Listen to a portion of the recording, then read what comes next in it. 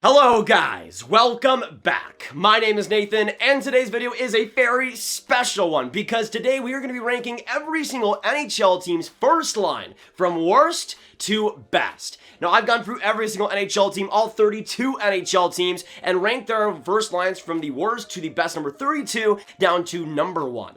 But where does your favorite NHL team rank in the first line rankings, and who do I see as the best and the worst first lines right now in the NHL? Watch till the end to see your favorite team's placement in every single pick, and make sure you hit that subscribe button. 60% of the people watching are not subscribed. If you like hockey, this channel is the place to be. But you know what? We're going to waste no more time going straight into the 32 spot, the worst first line in the entire NHL. And we're going to start out with a team that's had some bad luck as of late, and they're trying to turn a page. We'll see how successful they are in that endeavor, but as of right now, their first line just sucks. We're now going to go on to number 32, the worst first line, and we're going to move on to the Buffalo Sabres. To me, with the Buffalo Sabres, it is automatic here, especially since I'm not counting Jack Eichel. Sam Reinhart's been traded, and there's pretty much nobody else there. For my projected first line with Buffalo, I have Jeff Skinner, Casey Mittelstadt, and Victor Olofsson. I like Mittelstadt. He was good in the second half last year. Olofsson can be good offensively,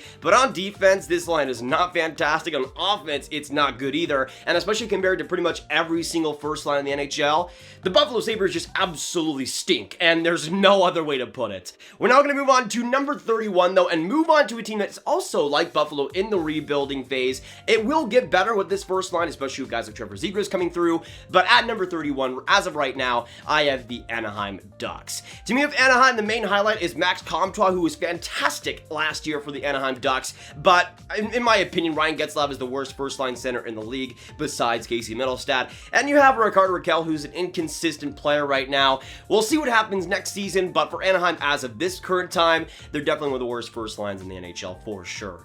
We're now going to move on to number 29, though, and go on to another unsurprising team here in the lower spots. We're going to move on to another team that's in the rebuilding phase right now in the Arizona Coyotes. Now, as of right now with Arizona, obviously losing Connor Garland, I think, puts a huge blow on this first line, but you still have Lawson Krause, Nick Schmaltz, and Clayton Keller. Schmaltz is decent, Keller is decent, but nothing more than that, and for me, this first line doesn't really excite me too much. On offense, it can still be good, but Arizona is obviously showing that they're in a rebuilding route right now.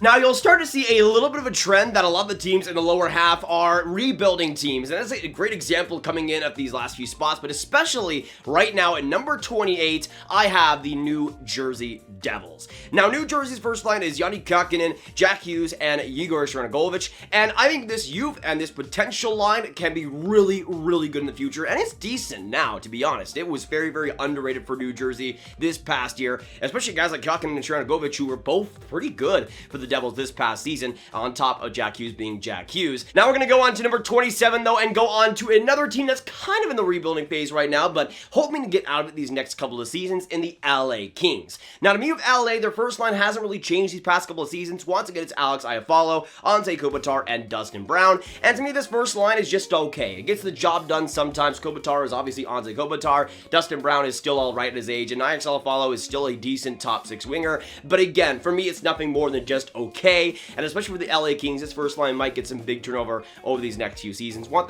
that youth wave fully and develops itself. Now we're going to go on to number 26, though, and go on to a team that, again, has just entered the rebuild phase, technically, though they might want to still try to compete. We'll see what happens, but at number 26, I have the Nashville Predators. To me, with the Preds, their first line has fallen off a little bit, especially getting rid of Victor Arvidsson in the past year. Hasn't been too great for them, but the first line right now is Philip Forsberg, Ryan Johansson, and Eeli Tolvanen. Ryan Johansson is the big part of this line that brings it down for me. As a first line center, Johansson is just a horrible option, and especially for a team like Nashville that wants to compete, having Johansson as your best center is honestly kind of insulting. But next up at number 25, going on to yet another rebuilding team, but a line that I think has a lot of potential for next season. We're going to go to a line that wasn't constructed this past year, but again, I think will be the most likely line for the first line next year. Coming in at number 25, I have the Detroit Red Wings, Jacob Vrana, Dylan Larkin, and Robbie Fabry. Now, to me, this first line does have serious potential. Vrana Toronto was a point per game for Detroit in this few games after the trade deadline, which is pretty miraculous considering he was on the Detroit Red Wings without Dylan Larkin. But I think Dylan Larkin will be with Jacob Vrana for the meantime, and Robbie Fabry will be a solid right winger. Now we're going to go on to number 24 though, and the first line has had a little bit of turnover as well these past couple seasons. We're going to move on to number 24 and go on to the Columbus Blue Jackets. Now the Blue Jackets will likely have Voracek, Roslovic, and Patrick Laine as their first line for next year. They had Roslovic with Laine quite a bit this last season, but I do see them having Voracek on that left wing and being a consistent first line guy for them in offensive positions. And honestly, I like this line quite a bit. If Laine as well can bounce back this next year, then it looks a lot better. Now we're going to go on to number 23 though. Next up, I'm going to move on to the San Jose Sharks, a team that's had a lot going on with a certain player that's on this first line. But you know what? We're just going to say it. Evander Kane, Logan Couture, and Kevin Labanc. On paper, just in terms of play on the ice, offensively, this line is still pretty solid. Evander Kane was great last year. Couture is still fine. Labanc is still fine. It's just nothing that really excites me too much, but they get the job done sometimes, and I don't think the first line offensively is the problem with the San Jose Sharks. Next up, though, we're going to go to one of my favorite teams in the NHL, and this spot is kind of sad considering what they could have had, but at the same time, they're going in the youthful direction, which I can see why, and hopefully these guys are able to bounce back. But coming in at number 22, I have from the New York Rangers, Alexi Lafreniere, Mika Zibanejad, and Kaapo Kakko. Now, this is what I likely see as the first line for next year. I see Mika Zibanejad having Lafreniere at least on that left side, which leaves Chris Kreider off of it. But especially with Kaapo Kakko there, they're going with a more youthful direction on that first line. Now we're going to go on to number 21. Moving on to the Minnesota Wild. This is a team that has some great options, but there's really only one fantastic option on the first line. That is Kirill Kaprizov. But you still got Zuccarello, Victor Rask, and Kaprizov. Now, if it was a competent center, if they were running like Zuccarello,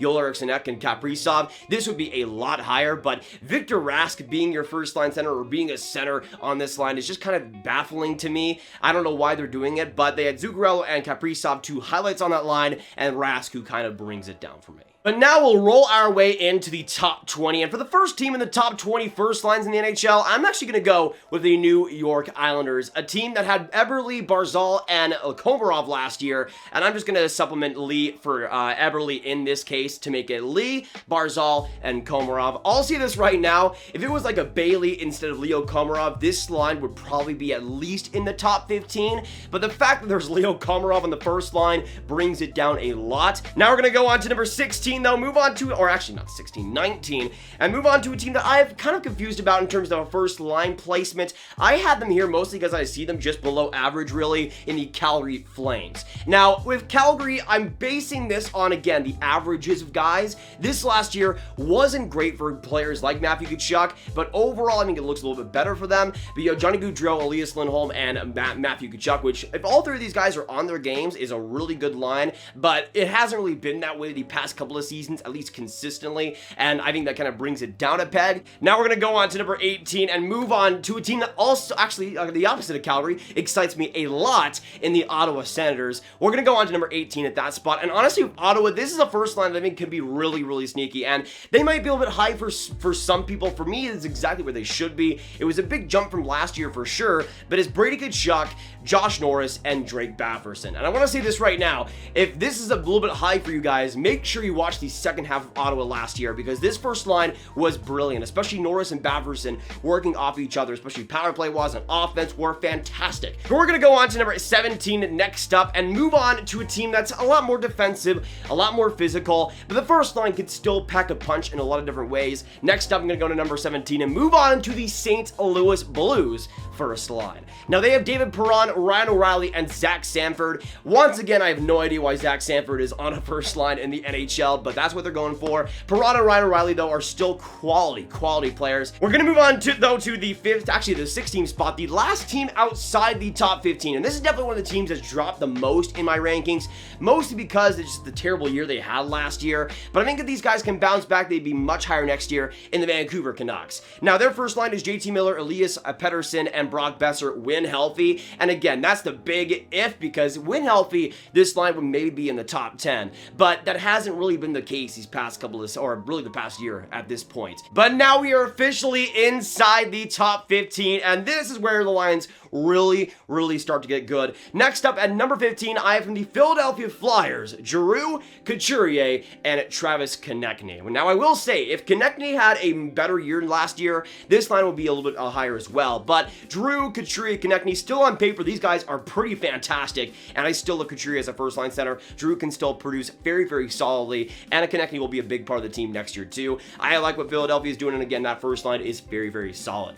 Now we're going to go on to number 14 though, and my favorite team next up, I have the Dallas Stars. Certainly one of the biggest risers compared to last year's rankings, and for very good reason. The first line was really the only line consistently putting in work for the Dallas Stars, and that was, of course, Jason Robertson, Rupe Hintz, and Joe Pavelski. If this is a little bit high for you, just like Ottawa, make sure to go back and watch Dallas last year, because guys like Robertson, guys like Hintz, guys like Pavelski were really the only three consistently fantastic offensive players, and defensively, they held their weight very well. But next up, we're going to go to a line that was fantastic during the regular season, even better though during the playoffs, and was one of the main reasons why this team ended up making the Stanley Cup final. We're going to move on to number 13 and move on to the Montreal Canadiens.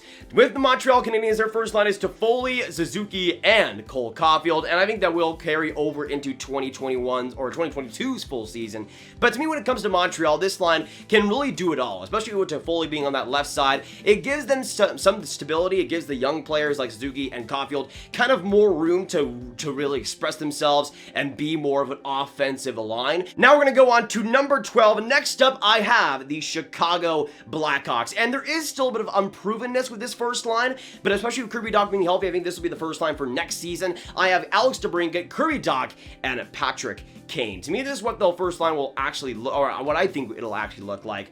Even though they did have last year some Dylan Strome in there, some Pia Suter. They had Pia Suter for a lot of that last year during this first line, and I think that was pretty solid. But at the same time, with Pia Suter not there anymore, I have Kirby, Dach in his place, and I think the first line is very good for Chicago, especially on offense. Kane, DeBrincat, Dach, these guys are going to be absolute steamrollers out there, especially on the power play. Now we're going to go on to number 11, just outside the top 10, and this is the first line that's kind of confusing to me as well. They have potential, and they were playing together after the Mantha trade, which is an interesting line, but we'll see how it does in this next year. At number 11, I have from the Washington Capitals, Alex Ovechkin, Evgeny Kuznetsov, and Tom Wilson. Now this line is gonna be interesting, because if they keep Mantha with Backstrom this next year, it'll likely be this first line going into 2021 as well. But I would still have Backstrom with Ovechkin. I think that just makes the most sense for the Washington Capitals.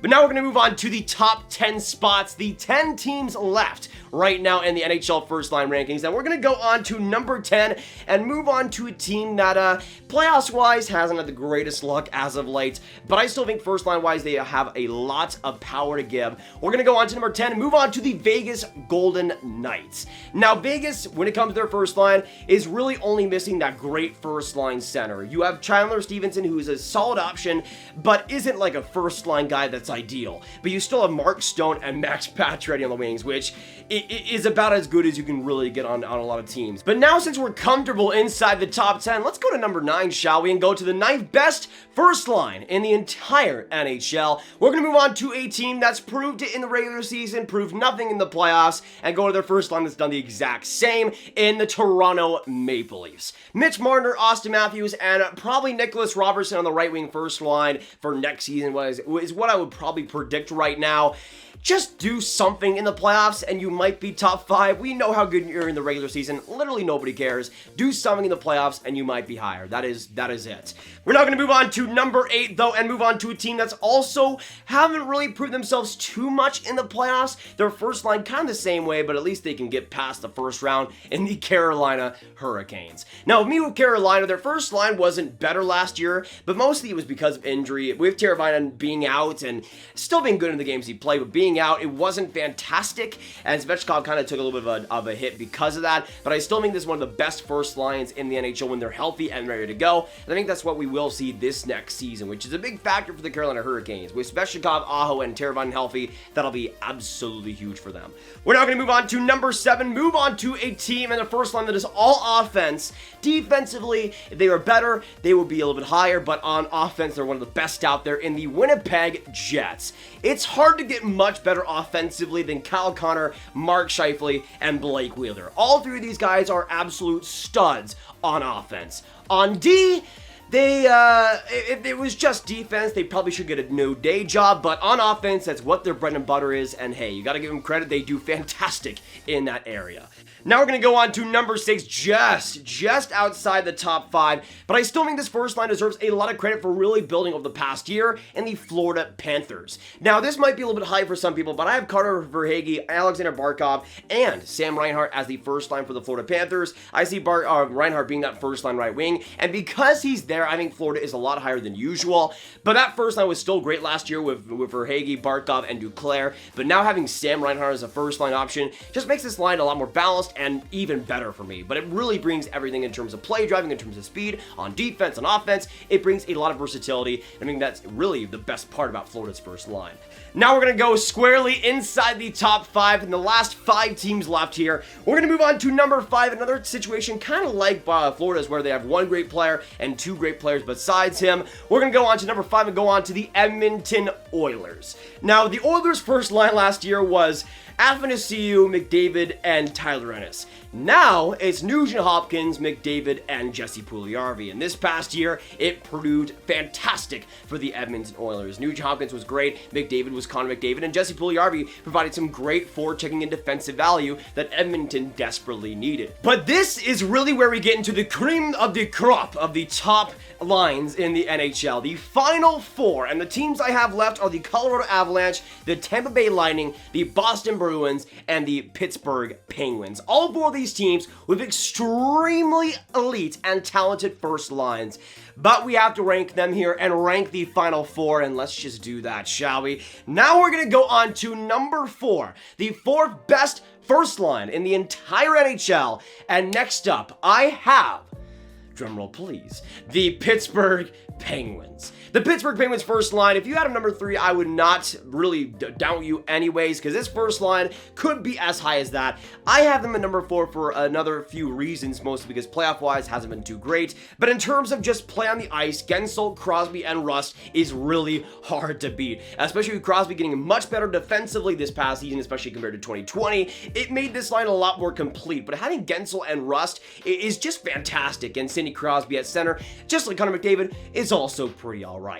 Now we're going to go on to number 3, and in my opinion, somehow, in terms of the debate, I've always seen people say Colorado and Boston are some of the best first lines in the NHL, but never this team for some reason. And even though some guys might not put up the fantastic point numbers in the regular season, they get it done in the playoffs, and have proved that these last 2 seasons in the Tampa Bay Lightning. Andre Palat, Braden Point, and Nikita Kucherov is simply sensational, and we saw just how good and consistent they could be in this past NHL playoffs, also the year before that as well, just consistently at an elite level. I don't know how Braden Point is still underrated after being the first line center, dominant on both ends, in 2 straight Stanley Cups, but this guy is still underrated. Now we're going to go on to the final 2, and there's no surprise here that the Colorado Avalanche and the Boston Bruins are the final 2 teams left on this list. I think we can all pretty much agree that these 2 teams are the best out there, and in my opinion, it's interchangeable. But I have to go with one team at number 1. I have to. I simply have to. And at number 2, I have the Boston Bruins. At number 2, I have the Boston Bruins. At number 2 here, I think this is where they slot in as perfectly as it could be. They've dealt with a little bit of injury issues. Pastrnak didn't play a full season this last year, but Marchand, Bergeron, and Pastrnak, all 3 of these guys are still elite at their respective positions. But now we have to go on to number 1, the best first line in the entire NHL. And to me, this line got even better compared to last year, even more consistent and even more productive. We have to go to the best first line in the league right now, go on to number 1, and move on to the Colorado Avalanche. There is so much to say about this first line. Landeskog, MacKinnon, Mikko Rantanen. And the fact that they did not lose Landeskog makes this line just so much better. But you get guys like Rantanen, who's had an even better season than in 2020, much better in my opinion, consistently. You have Nathan MacKinnon being Nathan MacKinnon, and Landeskog, who's still a really underrated, solid play-driving winger. This line really does have it all in my opinion. But to me, when it comes to Colorado, they're the best first line in the NHL, and I do not see that changing going on to 2022. But that is my official rankings for the 2021 first lines. Let me know in the comments down below what you agree and disagree with all my rankings. What would you change? And where do you see your favorite NHL team in the rankings as well? Make sure you hit that like button, hit that subscribe button, hit that notification bell for all the new videos that come out. Make sure you're notified on that. And to join the crowd game, just hitting that subscribe button goes a long way, and it is 100% appreciated. Make sure you share this video with your friends, get it out there, and click on this card for all my hockey rankings content right in one playlist. My name is Nathan. Thank you so much for watching, and I'll see you in the next video or stream. Goodbye.